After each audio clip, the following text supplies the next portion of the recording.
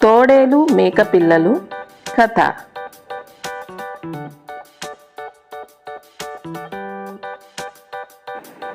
ఒక దట్టమైన అడవిలో ఒక తల్లి మేక తన పిల్లలతో నివసిస్తూ ఉంది. అది బయటికి వెళ్ళినప్పుడల్లా పిల్లలు తలుపు వేసుకుని లోపలే ఉండేవి.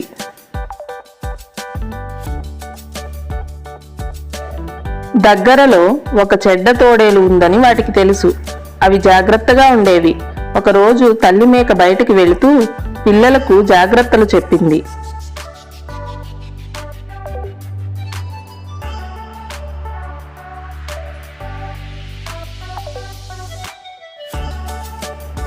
తల్లి మేక వెళ్ళడం తోడేలు చూసింది.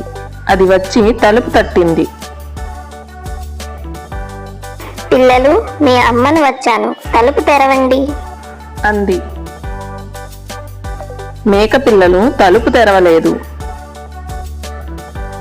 నీ గొంతు వేరేగా ఉంది, మా అమ్మవు కాదు. నీ కాళ్ళు నల్లగా ఉన్నాయి, మా అమ్మ కాళ్ళు తెల్లగా ఉంటాయి అన్నాయి మేక పిల్లలు. తోడేలు కాళ్ల మీద తెల్లపిండి రాసుకుంది. మళ్లీ వచ్చి తలుపు కొట్టింది. ఈసారి మేక పిల్లలు నిజంగానే వాళ్ళ అమ్మ బజారు నుండి తిరిగి వచ్చిందనుకున్నాయి. ఆతృతగా తలుపు తెరిచాయి.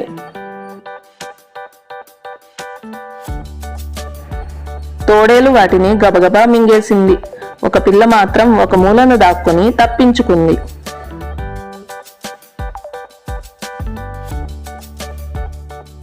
తల్లి మేక రాగానే పిల్ల ఏడుస్తూ జరిగిందంతా చెప్పింది.